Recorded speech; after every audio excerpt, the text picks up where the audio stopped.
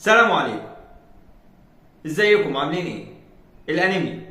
الانيميا هي حالة منتشرة جدا واحنا بنقابلها في المستشفيات بصورة يومية، وعلى الرغم من انتشارها الا ان الناس ما تعرفش ايه هي الانيميا ولا تعرف تقريبا حاجة عن اعراضها. طيب السؤال هنا، ايه هي الانيميا؟ الانيميا هي حالة مرضية بتحصل لما يبقى عدد كرات الدم الحمراء او مستوى الهيموجلوبين في الدم اقل من المعتاد. والحقيقة ان الانيميا مش نوع واحد، الانيميا في منها كذا نوع، اشهرها هو انيميا نقص الحديد وده اللي منتشر جدا، ويمكن اغلبنا شاف ناس كتير عندهم انيميا نقص الحديد. وفي انواع تانية وراثية زي الانيميا المنجلية او اللي بنسميها السيكل سيل انيميا او الثلاسيميا. الانواع دي بتكون انواع وراثية، واحنا لو جينا نتكلم عن الانيميا التكسيرية او الانيميا الوراثية اللي هي الثلاسيميا او الانيميا المنجلية او اللي بنسميها السيكل سيل انيميا، فهنلاقي ان الانواع دي بتحصل لما يكون في مشكله وراثيه بتعمل مشكله في شكل كرات الدم الحمراء، فبتؤدي لزياده معدل تكسيرها، وبالتالي عدد كرات الدم الحمراء بيقل بسرعه. اما الاشهر في مجتمعاتنا واللي يمكن كتير مننا تعرض له في حياته هي انيميا نقص الحديد. انيميا نقص الحديد مشهوره جدا خصوصا عند البنات او السيدات، وده بسبب النزيف الشهري اللي بيحصل او البريود.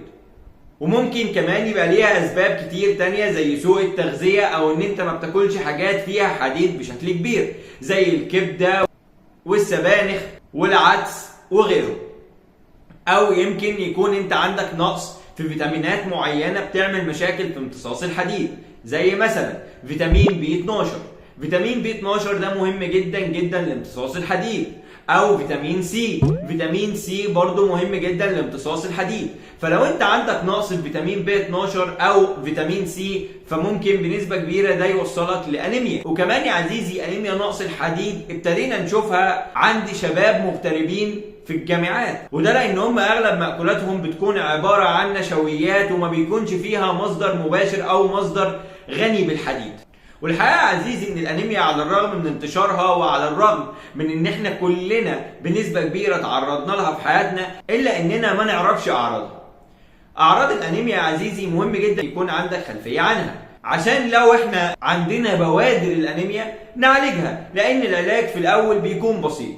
الاعراض بتكون كالاتي: خطفة نفس، وخصوصا لما بتبتدي تبذل مجهود او انت يا دوبك ابتديت تبذل مجهود، بتبدا بعد فتره قليله جدا 5 دقائق او 10 دقائق من ابتدائك انك تبذل المجهود ان يجي لك خطفه نفس وسرعه في ضربات القلب، وبتحس دايما ان انت مرهق، وممكن يكون عندك دوخه مع صداع. في الحاله دي انت بنسبه كبيره عندك انيميا ومحتاج انك تراجع طبيب. علاجات الانيميا مش معضله، فلو الانيميا عندك في اولها او نقص الهيموجلوبين عندك قليل شويه فبتمشي على راس فتره معينه والدنيا بتمشي.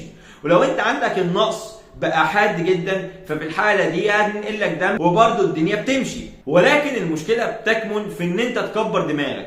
لو كبرت دماغك يا عزيزي وما عالجتش الانيميا فانت بتحط نفسك في مخاطر كتير، واهمها هو الاصابه بفشل في عضله القلب وحاجات تانيه كتير.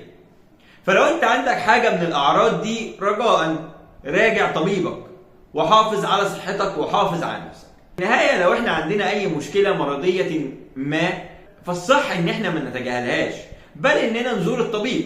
لربما تكون المشكلة دي يا دوبك في الاول واحنا ممكن نلحقها قبل ما تتطور او قبل ما تعمل مشاكل تانية، وساعتها يكون المشكلة بالفعل كبرت. وما تنساش تعمل لايك وشير واشتراك في القناة. السلام عليكم.